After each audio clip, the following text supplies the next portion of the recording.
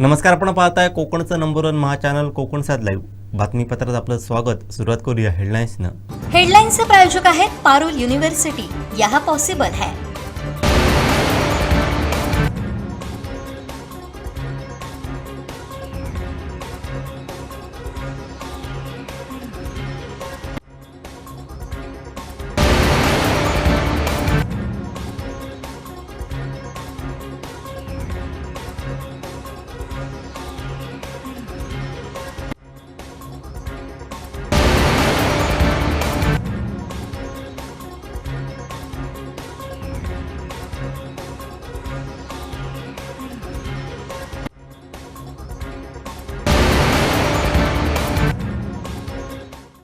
आता पाहूया सविस्तर बातम्या।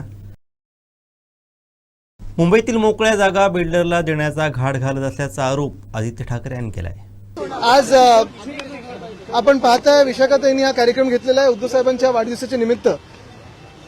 शिवाजी पार्कमध्ये जवळपास 600 वेगळी झाडं लावण्याचा आज आम्ही कार्यक्रम हाती घेतलेला आहे। 2-3 महिन्यापूर्वी राजसाहेब आम्ही सगळ्यांनी इथे सुशोभीकरणाचं भूमिपूजन केलं, त्यानंतर उद्घाटन देखील केलं। आणि असंच आपण पाहतोय की एका बाजूला शिवसेना उद्धव बाळासाहेब ठाकरे पक्ष म्हणून आम्ही मोकळी मैदानं, मातीची मैदानं ही वाचावीत ह्याच्यासाठी सगळा हा लढा देत आहोत, प्रयत्न करत आहोत। आणि दुसऱ्या बाजूला भाजप आणि भाजपचे महापौर हे सगळे ओपन स्पेसेस, आरजीपीजी हे प्रायव्हेट बिल्डर आणि कॉन्ट्रॅक्टरच्या हाती जातील असा सगळा प्रयत्न त्यांच्या हातून चाललेला आहे। हा लढा काही दिवसांनी आपल्याला रस्त्यावर पण दिसेल। जे काही मोकळ्या जागा ह्यांच्या ढापण्याचा प्रयत्न, त्याच्या विरोधात आम्ही एक मुंबईत महामोर्चा देखील करणार आहोत आणि त्याच्यावर आमचं नियोजन चालू आहे। आदित्यजी, खरं तर मातीचा प्रश्न आहे, कारण मोठ्या प्रमाणात देखील शिवाजी पार्काची मुदत असेल, त्यासाठीचा देखील तुमचा लढा मागचा नक्कीच। आज चिखल आहे, पण आपण पाहतोय राजकारणापेक्षा थोडा बरा चिखल आहे। ट्विट केलेला आहे, वारंवार खर्च केला जातोय। आता देखील पुन्हा एकदा 2 लाखाच्या निविदा मागवल्यात। महापौरांकडून असं सांगितलं जातं की माझा याच्याशी काही संबंध नाही या निविदांशी। मग कुठून येतोय? मुख्य गोष्ट हीच आहे, आपण पाहिलं असेल माझ्या दोन्ही बाजूला 2 माजी महापौर आहेत मुंबईच्या, आणि कोणी एवढा खर्च केला नसेल असा खर्च सध्याच्या महापौर करत आहेत।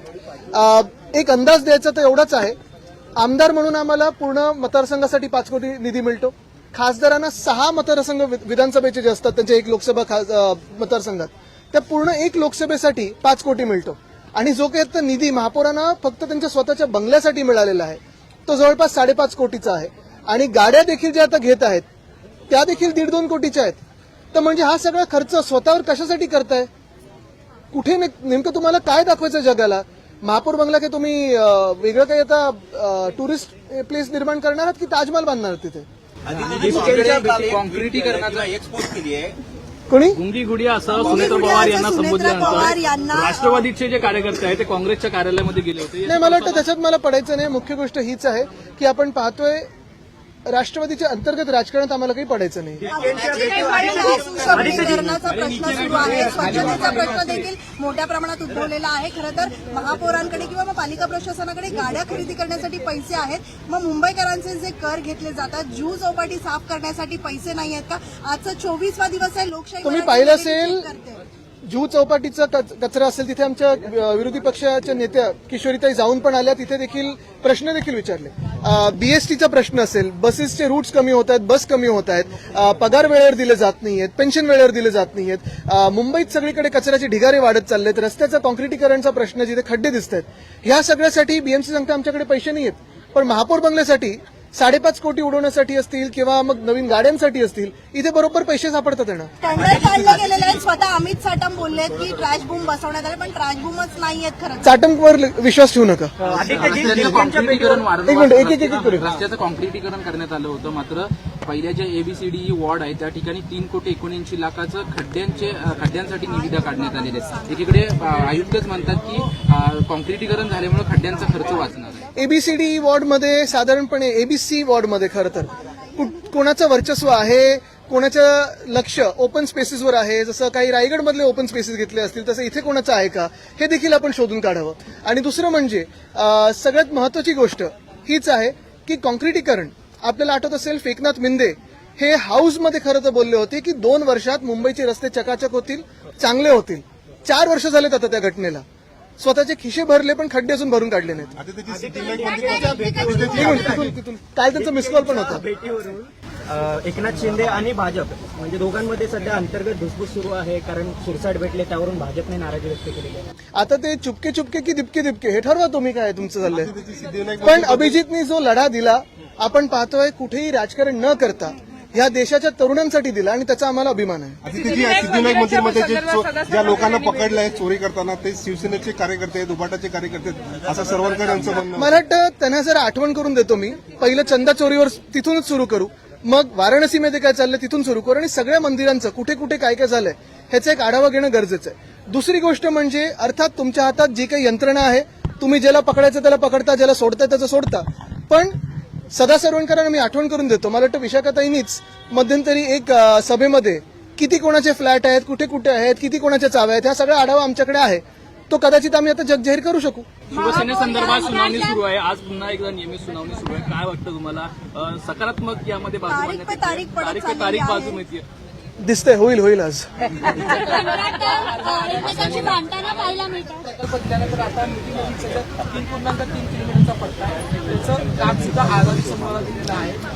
मला वाटतं पुढच्या आठवड्यात वगैरे एक नोटिफिकेशन निघणार आहे की मुख्यमंत्र्यांचे सगळे काही जे काही कार्यभार आहे ते अदानीच सांभाळतील, महाराष्ट्र हा देखील अदानीच सांभाळतील असं ते नोटिफिकेशन काढणार आहे.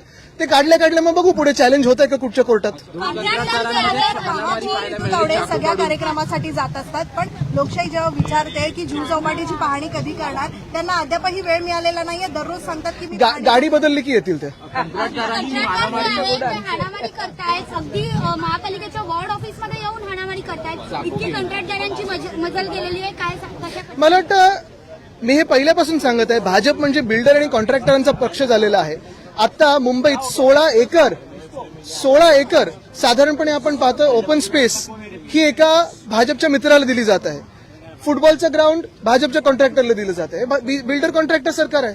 निवासी डॉक्टरांचा संप आहे, मुंबईतील आरोग्य व्यवस्था ठीक आहे, हिंदी वरती असल्याचं पाहायला मिळते, कारण निवासी डॉक्टर संपावर गेलेले आहेत. अनेक रुग्णांना याचा फटका बसतो. अहो तुम्हाला माहिती आहे का, आज निवासी डॉक्टर मार्टची जी संस्था आहे ती अर्थात स्ट्राईकवर चाललेली आहे. त्यांचा विषय थोडा आज वेगळा आहे, पण बाकीचे जर विषय पाहिले त्यांचे जे आम्ही हाताळत होतो, आम्ही मार्गी लावलेले विषय होते. मग असिस्टंट प्रोफेसरचं वय काय असायला पाहिजे, स्टायपेंड काय असायला पाहिजे, त्यांचे हॉस्टेल जर तुम्ही परिस्थिती पाहिली, आम्ही जे 100 कोटी नायरला दिलेले ते कुठे आता वापरले गेलेत वगैरे, हा सगळा प्रश्न आहेच त्यांचा. म्हणजे हा जरी आजचा विषय जरी थोडा वेगळा ठेवला तरी बाकीचे प्रश्न आहेत त्याला कोणीही ह्यानं उत्तरच नाही. बरं, जे डॉक्टर बनतात म्हणजे महाराष्ट्रात आणि देशात परिस्थिती अशी झाली आहे, नीट परीक्षा पेपर लीक होते आणि ते झाल्यानंतर आंदोलन करतात, त्यांना लाठीचार्ज. पण एकनाथ मिंदेंचे जे लोक जाऊन डॉक्टरांना मारहाण करतात त्यांना लगेच बेल देण्याची सोय केलेली असते किंवा हॉस्पिटलमध्ये लपवण्याची सोय केली असते. पुण्यश्लोक अहिल्यादेवी होळकर शेतकरी कर्जमाफी योजनेची प्राथमिक यादी जाहीर झाली आहे. जिल्ह्यातील आंबोली आणि चौकुळ गावात कबुलातदार जमीन अशी नोंद होऊन ती जमीन शासनाच्या नावावर आहे. मात्र शेतकरी तिथं वर्षानुवर्षे शेती करत कर्ज देखील घेत आहेत. आताच्या शासनाच्या निकषाप्रमाणे आंबोली चौकुळ परिसरातील शेतकऱ्यांना कर्जमाफी होऊन देखील त्यांना कर्जमाफी होणार नाही. यावर शेतकऱ्यांनी नाराजी व्यक्त करत शासनाने यावर मार्ग काढावा अशी विनंती केली आहे. आज आंबोली चौकुळ गेळ्यामध्ये कबलातदार गावकर जमिनीचा प्रश्न कित्येक दिवस पडून आहे. गेळ्यामध्ये फक्त एक 30-40 काही शेतकऱ्यांना 7-12 वाटप झालेलं आहे, पण आंबोली चौकुळमध्ये प्रोसिजर चालू आहे. अजून काय 7-12 कोणाला वाटप झालं नाही. आमची आत्ताच्या पहिल्या यादीमध्ये आंबोली सोसायटीची 36 नावं आलेली आहे. त्यापैकी 19 शेतकरी सध्या फार्मॅलिटी त्यांच्याकडे नाहीत, कारण त्याचं 7-12 नाही. आणि बँकेने आम्हाला आतापर्यंत कर्ज वाटप करतात तो कबलातदार जमिनीच्या वहिवाटीप्रमाणे वाटप केलं जातं आणि ती महाराष्ट्र शासन 7-12 असल्यामुळे आम्ही फार्मॅलिटीपासून वंचित राहिलेलो आहे. आता सध्याच्या यादीमध्ये माझं कर्ज माफीमध्ये नाव आलं आहे आणि ते माझ्याकडे आमच्याकडे फार्मर आय डी नाही आहे, कारण आमच्या जे मला सोसायटीने कर्ज दिलं आहे ते महाराष्ट्र शासन जमिनीवर दिलं आहे आणि ज्या सरकारने नियम काढला आहे की फार्मर आय डीशिवाय तुम्हाला कर्जमाफी मिळणार नाही आहे, त्याच्यामुळे तुम्हाला कर्जमाफ होणार नाही. तर सरकारने त्याच्यावर ज्या अटी घातल्या आहेत की फार्मर आय डी पाहिजे म्हणून ती रद्द करावी आणि आम्हाला शिथिल करावी आणि आम्हाला त्या माफीतून मुक्त करावं.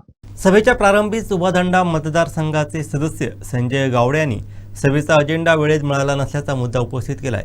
यावरून सत्ताधारी आणि विरोधक आमनेसामने आल्याचं पाहायला मिळालं.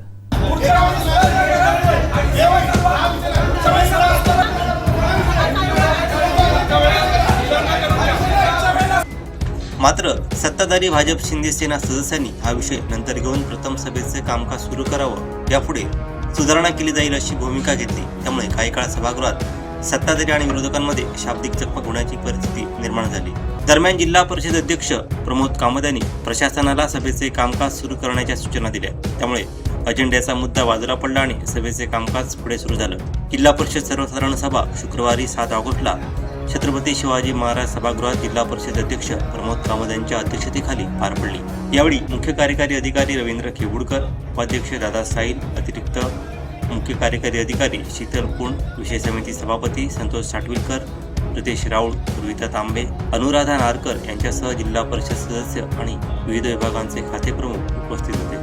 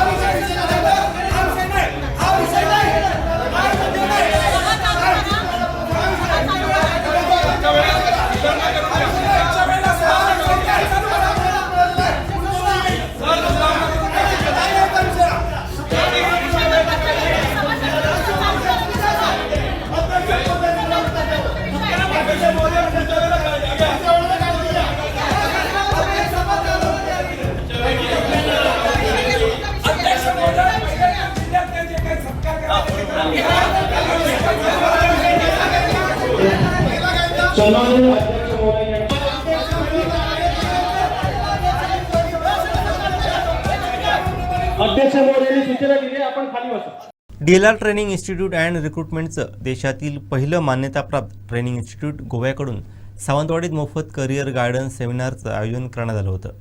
नवसरणी येथे झालेल्या सेमिनारला उदंड प्रतिसाद मिळाला. याचा शुभारंभ माजी नगराध्यक्ष बबन साळगावकर यांच्या हस्ते करण्यात आला. नवसरणी कॅथोलिक सेंटर सावंतवाडी इथं या सेमिनारचं आयोजन करण्यात आलं होतं. दीपप्रज्वलनानं कार्यक्रमाचा शुभारंभ करण्यात आला.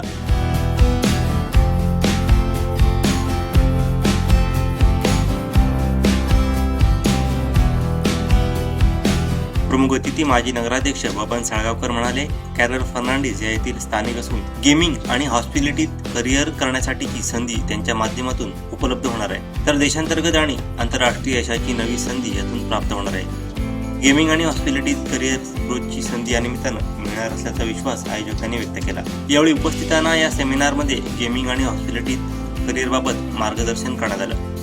यावेळी माजी नगराध्यक्ष बबन साळगावकर, पत्रकार राजू तावडे, मनोज घाटकर, मोटर मालक संघ तालुकाध्यक्ष बावतीस फर्नांडिस, माजी नगरसेवक विलास जाधव, सुंदर गावडे, कॅरल फर्नांडिस, कॅन्डिडा फर्नांडिस, डिनो फर्नांडिस, संकेत शेठ, कल्पेश फुलसुंगे, क्लाइव्ह फर्नांडिस आदी उपस्थित होते.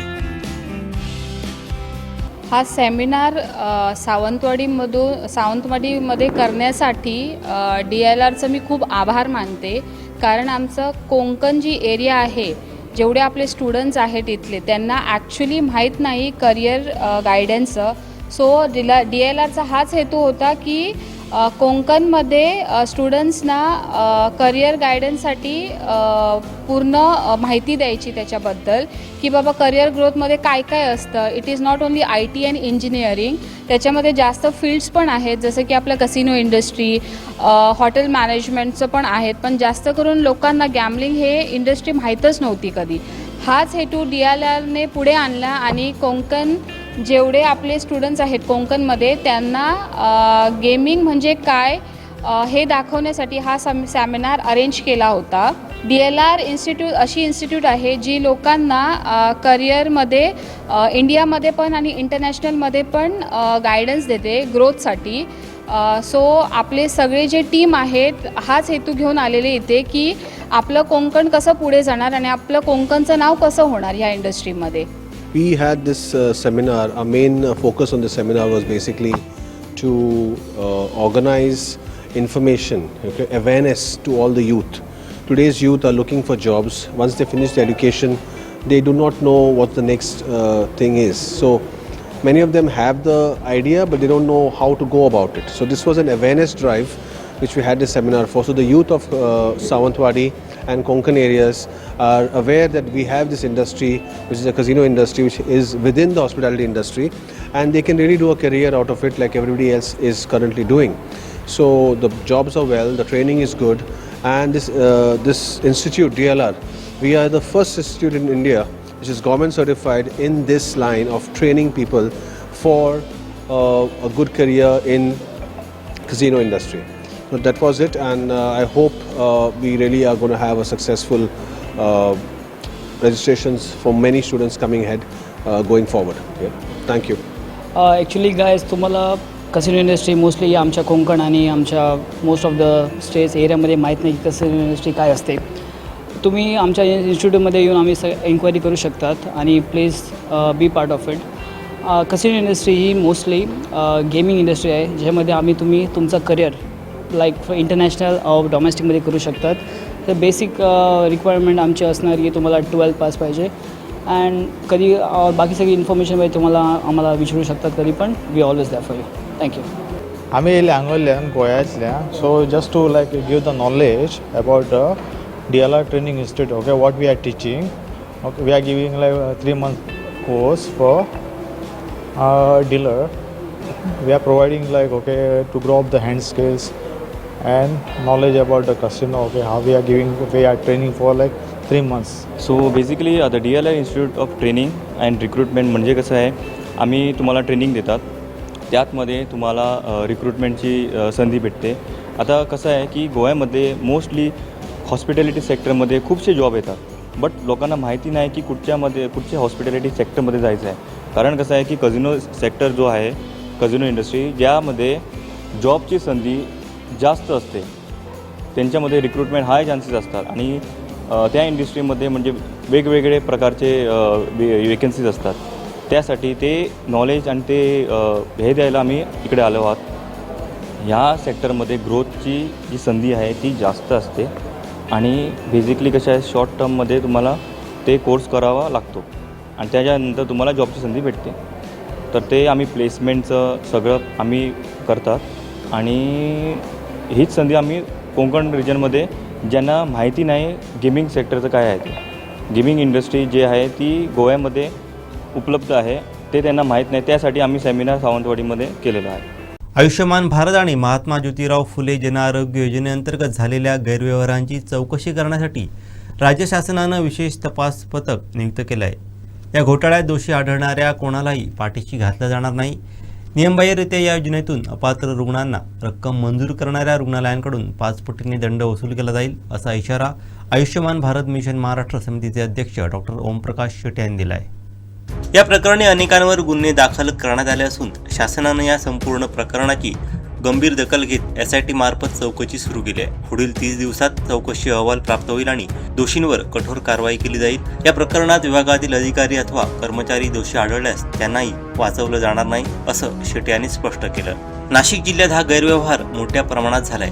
डॉक्टर ओमप्रकाश शेटे यांनी नाशिकच्या जिल्हाधिकारी कार्यालयात आयुष्यमान भारत प्रधानमंत्री जनआरोग्य योजना व महात्मा ज्योतिराव फुले जनआरोग्य योजनेचा आढावा घेतला. आतापर्यंत 1,58,692 रुग्णांच्या उपचारांसाठी 761 कोटी रुपयांचा निधी वितरित करण्यात आला असून राज्यातील एकूण निधीपैकी सुमारे 10% निधी एकट्या नाशिक जिल्ह्यासाठी खर्च झालाय. काही मृतांच्या नावानेही उपचार दाखवून निधी उचलल्याचं उघडकीस आलंय. कणकवली नगरपंचायतीने शहरातील उड्डाणपुलाखाली फळे, भाजी आणि फुल विक्रेत्यांना उड्डाणपुलाखाली तात्पुरत्या स्वरूपात 10 बाय 10 ची जागा नेमून देऊ नये. या ठिकाणी भाजीपाला फळवाले न बसता जुन्या ठिकाणी बसताना दिसत आहेत. याचाच आढावा घेतलाय आमचे प्रतिनिधी उमेश बुचडे यांनी. कणकवली शहरातील स्टॉल हटाव मोहीम मुख्याधिकारी गौरी पाटील यांनी राबवली. त्यानंतर कणकवली शहरातील या उड्डाणपुलाखालील बहुतांश जे निकामी म्हणजे जे चालू होते ते स्टॉल हटवण्यात आले. त्यानंतर हे स्टॉल हटवून ते बाजूला करण्यात आले. त्यानंतर इतरही स्टॉल देखील हटवण्यात आले आणि त्यानंतर फळे असेल, भाजीपाला आणि फुल विक्रेत्यांना एक जागा देखील नेमून देण्यात आली आहे. ती पेट्रोल पंपासमोरीलच ही जागा आहे. 10 बाय 10चे स्टॉल आखून देखील देण्यात आलेले आहेत. पण गेली 15 दिवस 10 ते 15 दिवस या ठिकाणी बघतोय की कुठलाही फळवाला असेल, भाजीपाला असेल किंवा फुलवाला असेल तो या ठिकाणी अजून बसलेला दिसत नाही. हे जुन्याच जागेत अजून देखील बसलेले आहेत. त्यामुळे नेमकं हे कधी बसणार असाच एक प्रश्न उपस्थित होत आहे. ज्यावेळी याच ठिकाणी मुख्याधिकारी गौरी पाटील, नगराध्यक्ष संदेश पारकर आणि भाजी विक्रेते यांची ही चर्चा झाली होती. त्यावेळी एकंदरीत त्यांच्याकडून आम्ही आपापसात जागा ठरवून घेतो आणि इथे बसतो असं एक काही लोकप्रतिनिधी ते सांगितलं होतं नगराध्यक्षांनी. आणि त्यावेळी गौरी पाटील यांनी सांगितलं देखील होतं यावर कोणाचं ऑब्जेक्शन आहे का, यावेळी काही कोणी सांगणार आहे का तर बोला. तर त्यावेळी कोणीच बोललं नव्हतं. आणि त्यानंतर आता 15 दिवस उलटून गेले, जागा आखून देऊन झाली नगरपंचायत कर्मचाऱ्यांनी, पण अजून देखील इथे कोणीच या जागेत भाजीपाला, फळवाले आणि फुलवाले कोणीच बसले नाहीत. व्यवसाय करताय आणि किती वर्ष व्यवसाय करताय? आता 6 वर्ष फुलांचं दुकान होतं ब्रिज खाली फुलांचं दुकान असताना बहुतेक त्या दिवशी 8 मेमध्ये माझं फुलांचं दुकान काढलं गेल्याच्या नंतर तिथे ठरवलं गेलं की एक व्यक्ती एक दुकान. त्याच्यामुळे मी ब्रिज खाली पुन्हा मला जागा मिळाली नाही. 23मध्ये नावं होती माझी, पण मला जागा मिळालेली नाही. आज नियम सगळ्यांना लागू होऊन दे, एक दुकान एक कुटुंब एक दुकान. फुलाचा आता सध्या नारळाचा टाकलेला, आता सीझनला फक्त टाकलेला आहे. मध्ये कसा खराब होतात म्हणून आखून दिलेली जागा अजून देखील हे काय बसताना दिसत नाही. काय कोणच नाही बसत. हो आता सगळ्यांका जागा दिलेली आहे, कोण बसतात मला सांगा. आणि एक 4-4 जण जागा अडवतं एक कुटुंबात. मग तर कसं मिळणार मला सांगा. हां मग एका कुटुंबात त्याशी काय सांगले नाही, एका कुटुंबात एकच जागा मिळणार अशी जागा नाही. लोकांनी अडवलेली जागा परत अडवतात असा विषय आहे तो.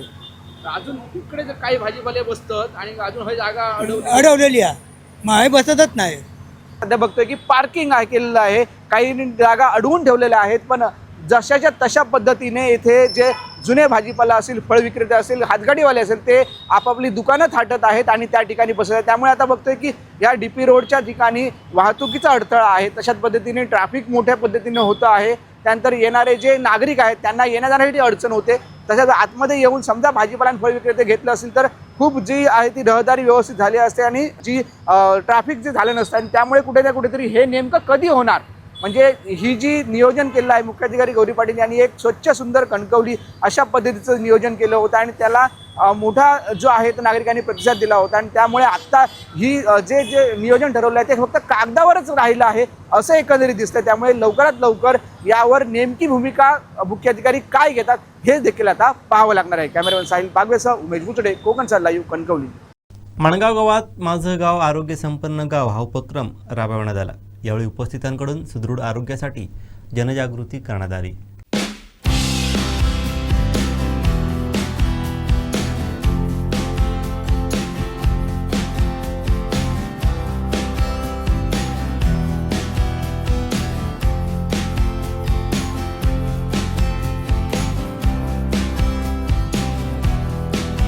नमस्कार. आज आपण प्राथमिक आरोग्य केंद्र माणगाव त्यामध्ये अंतर्गत उपकेंद्र माणगाव तसेच उपकेंद्र कालेली यासाठी माझे गाव आरोग्य संपन्न गाव याच्या जनजागृतीसाठी आपण आज एकत्र झालेलो आहोत. आज आपण इथे रॅली काढलेला आहे. ग्रामपंचायत आपल्या आरोग्य विभागाच्या दोन्ही सहमतीनं आपण आज इथे माझे गाव आरोग्य संपन्न गावचं आपण एक रॅली काढलेलं आहे, जेणेकरून हे त्याच्याबद्दल लोकांना जनजागृती करण्याचे उद्देश आहे आपला. ते आपल्या माननीय आरोग्यमंत्री आंबेडकर साहेबांनी प्रत्येक गावामध्ये आपलं गाव एकही गाव मागं न पडता प्रत्येक क्षेत्रामध्ये पुढे व्हावं असं ह्या दृष्टिकोनानं आपण केलेलं आहे. माझं गाव आरोग्य संपन्न गाव या मोहिमेमध्ये आमच्या गावाचा फार मोठा मौलाचा आतमध्ये सहभाग आहे. यामध्ये आमचे सगळे आरोग्य खात्याचे कर्मचारी, आणखी ग्रामपंचायत कर्मचारी, आशा सेविका, अंगणवाडी किंवा शिक्षक वर्ग, या मुलं, तर सगळ्यांचा सहभाग आहे. आमचं गाव अगदी आम्हाला समृद्ध करायचं आहे. महाराष्ट्र शासनाने 1 एप्रिल ते 31 मार्च 2027 या कालावधीमध्ये माझं गाव आरोग्य संपन्न गाव हा अभिनव उपक्रम सुरू केला आहे. आणि त्या अनुषंगाने प्रतिमाह वेगवेगळ्या आरोग्याचे विषय कार्यक्रमावर आरोग्य कर्मचारी, आशा स्वयंसेविका, अंगणवाडी सेविका, आरोग्य सेविका व वैद्यकीय अधिकारी, तसंच आदरणीय जिल्हा आरोग्य अधिकारी डॉक्टर धुरी मॅडम व तालुका आरोग्य अधिकारी डॉक्टर शिरोडकर मॅडम यांच्या मार्गदर्शनाखाली आम्ही विविध उपक्रम प्राथमिक आरोग्य केंद्र माणगावच्या वतीनं राबवत आहोत आणि त्या विविध उपक्रमामध्ये आम्हाला ग्रामपंचायत माणगाव आदरणीय सरपंच महोदय भोसले मॅडम तसंच सर्व त्यांचा स्टाफ यांचं मोलाचं सहकार्य मिळत आहे. या कार्यक्षेत्रामध्ये महाराष्ट्र शासनाच्या GR अनुसार हे जे काय आरोग्य अभियान आरोग्य संपन्न गाव एप्रिल 26 ते मार्च 27 या वर्षाखेरीज चालणार आहे. तर यासाठी जे काही सर्व स्तरावरनं जी काय मेहनत केली जाते, जे काही कार्यक्रम राबवले जातात, त्यांना सर्वांना ग्रामपंचायत, आरोग्य कर्मचारी, प्राथमिक आरोग्य केंद्र, उपकेंद्र, अंगणवाडी सेविका, त्याचप्रमाणे आशा स्वयंसेविका हे जे काही सर्व कर्मचारी उत्कंठेने जे काही काम करत आहेत, जेणेकरून गावाचा नंबर यावा, गाव कुठेतरी इथेच नकाशावरती पुढे यावं, यासाठी सर्व जे लोक काही काम करतात त्यांना माझ्या सर्वांना शुभेच्छा. सरसंघचालक मोहन भागवत यांच्या मुलाखतीवरून मनसे नेते संदीप देशपांडे यांनी भाजपवर टीका केली आहे. पाहूयात. आणि त्यांनी हे ॲक्सेप्ट केलं की जे जेनजींचं आंदोलन झालं त्याच्यामध्ये मोदी सरकारने त्यांच्याशी संवाद न साधल्यामुळे हे आंदोलन झालं. आणि मला असं वाटतं संघाच्या भाषेत जेवढं फटकारता येईल तेवढे सरकारला फटकारे त्यांनी लगावलेले आहेत. आता एवढं तर नक्की की ज्या पद्धतीने सरसंघचालक मोहनजींनी मुलाखत दिली, अगदी संघाच्या भाषेत झाला तर साक्षात्कार जो झाला काल, तर निदान त्यांना तरी कोणी अँटी नॅशनल म्हणणार नाही किंवा तो इंटरव्ह्यू पाकिस्तान फंडेड होता असंही म्हणणार नाही. एवढं काय ते फलित या मुलाखतीतनं निघालंय. आणि मला असं वाटतं की आपण मराठीत एक म्हण आहे घरचा आहेर, तो घरचा आहेर कालच्या मुलाखतीत होता. आंदोलन म्हणजे संवादाचं माध्यमच आहे असं पण ते म्हणतायत. मला असं वाटतं हे सगळं त्यांनी आपल्याला तर हे माहितीच होतं. मला असं वाटतं आता मोदींना समजेल की नाही समजेल हे बघायला पाहिजे, नाहीतर त्यांना सुद्धा अँटी नॅशनल म्हणायला मोदी अंधभक्त कमी करणार नाहीत. या प्रकारे पण काल ज्या प्रकारे जे सगळं युवकांचं मागवतांनी घेतलेलं आहे, नाही त्यांनी सरकारला थोडे खडे बोल सुनावले, पण त्यांनी मोदीजींना प्रोटेक्ट पण करण्याचा प्रयत्न केला असं त्या मुलाखतीतनं दिसतं. त्यामुळे मला असं वाटतं ठीक आहे, म्हणजे आता तो त्यांना ते करावंच लागेल प्रोटेक्ट. अगदीच मोदींना डिसोन करून चालणार नाही त्यांना, पण डिसोन करण्याच्या प्रक्रियेला मला असं वाटतं कालची मुलाखती सुरुवात होती. मला असं वाटतं काल राष्ट्रीय स्वयंसेवक संघाने स्वतःला या सगळ्या गोष्टींपासून थोडं अलिप्त ठेवण्याचा प्रयत्न केल्याचा कालच्या मुलाखतीतनं दिसतो. आता जे मला सांगण्यात आलंय की संजय देशमुखांच्या अध्यक्षतेखाली एक कमिटी त्यांनी स्थापन केली आहे आणि ती सगळी चौकशी करेल. तर संजय देशमुख पण शेवट आपल्याला आठवतोय त्यांना विद्यापीठाचे कुलगुरू असताना काय कारनामे केले. अशीच लोक का मिळतात महापालिकेला मला कळत नाही. शेवटी ठळक घडामोडी पुन्हा एकदा. हेडलाइन्सचे प्रायोजक आहेत पारुल युनिव्हर्सिटी. यहाँ पॉसिबल है.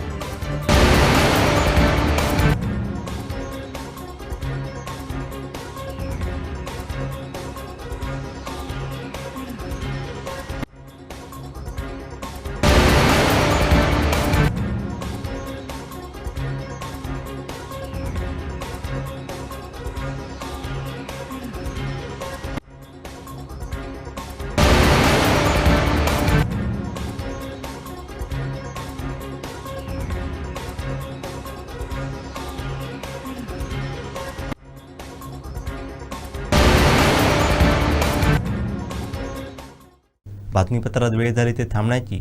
पाहत राहा बदलत्या कोकणचा बुलंद आवाज. कोकणचं नंबर 1 महा चॅनल कोकण साध लाईव्ह. धन्यवाद.